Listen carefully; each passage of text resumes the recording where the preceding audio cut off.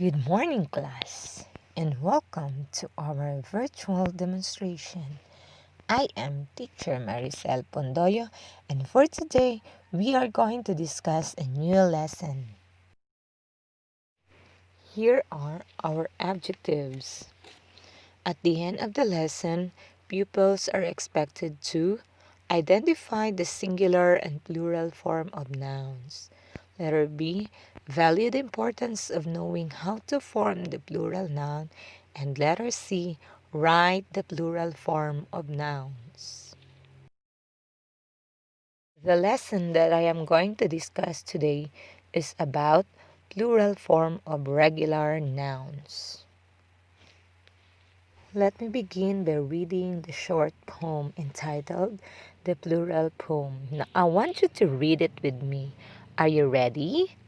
Let's start. We'll begin with a box, and the plural is boxes. But the plural of ox should be oxen, not oxes. One fowl is a goose, but two are called geese. Yet the plural of moose should never be meese. You may find a lone mouse or a nest full of mice, but the plural of house is houses, not highs. If the plural of man is always called men, why shouldn't the plural of man be called pen? If I spoke of my foot and showed you my feet, when I give you a boot, would a pair be called beat? If one is a tooth and a whole set are teeth, why shouldn't the plural of both be called bees? If a singular is this and the plural is these, why shouldn't the plural of kiss be kiss? Then one may be that, and three would be those. Yet the plural of hat would never be hose. We speak of a brother and also a brethren, but though we say mother, we never say metheren. So, plurals in English, I think you'll agree, are indeed very tricky singularly. A while ago, as we read the poem, we observed the underlined words. Now this time, we will identify the underlined words in the poem. We have mother, goose, tooth, mouse, oxen. We have house, foot, boxes. We have box, moose. We have ox and brother. Also, we have man. What can you say about these words?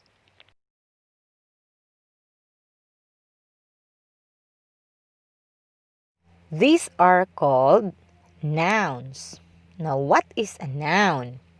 A noun is a word that refers to a person, place, thing, event, or ideas.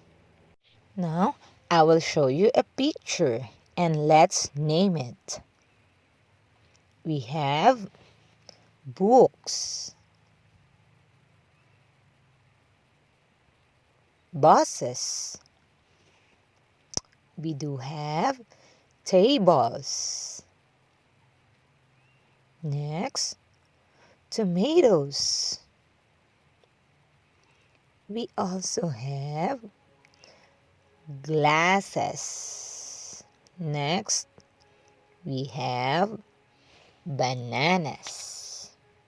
This time, I grouped the words in two columns. We have column A and B. Now, let's read the word. For set A, we have books, bananas, tables. Now, in set B, we have buses, glasses, tomatoes. How many nouns are shown in two columns?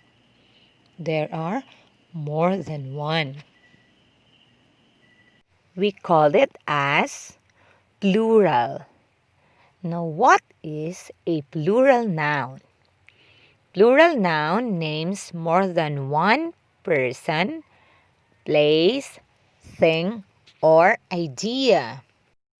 Now let's read again the words. We have books, bananas, and tables. Now, how do these nouns end? It ends in S. Now, for set B, we have buses, glasses, tomatoes. This noun end in ES. Now, let's proceed to the rules in forming plural nouns. Nouns that form their plural by adding S or ES are called regular nouns. Now, rule number 1. To make regular nouns plural, add S to the end. Examples: bird, birds; bed, beds; computer, computers; dog, dogs; camel, camels. Nouns ending in S, SS, SH, CH, X, and Z form their plural by adding ES.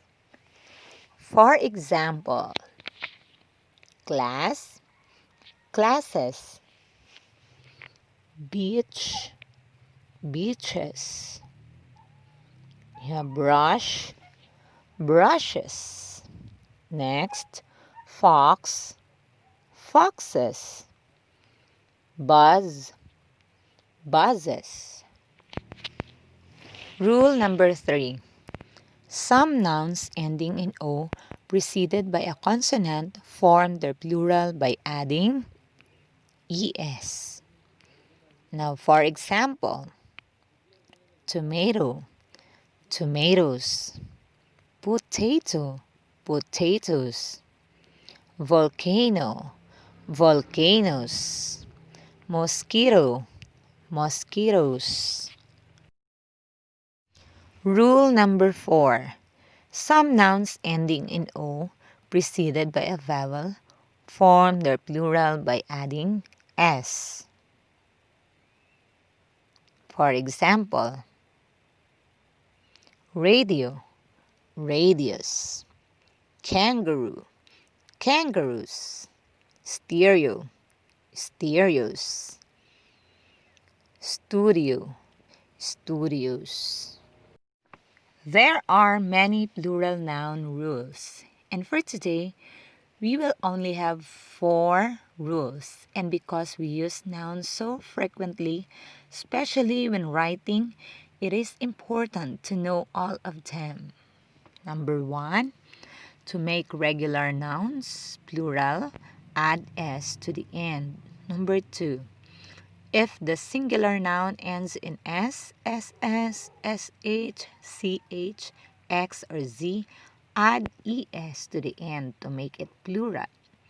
Number 3, if the singular noun ends in O preceded by a consonant, add ES to make it plural. Number 4, if the singular noun ends in O preceded by a vowel, add ES to make it plural.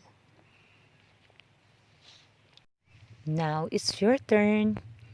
Answer activity number 1. Group the following nouns according to how they form their plural. We have words inside the box.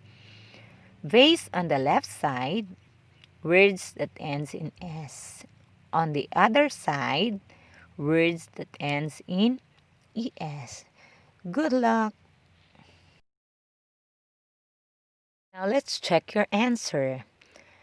Words that ends in S are flower, friend, car, and poem.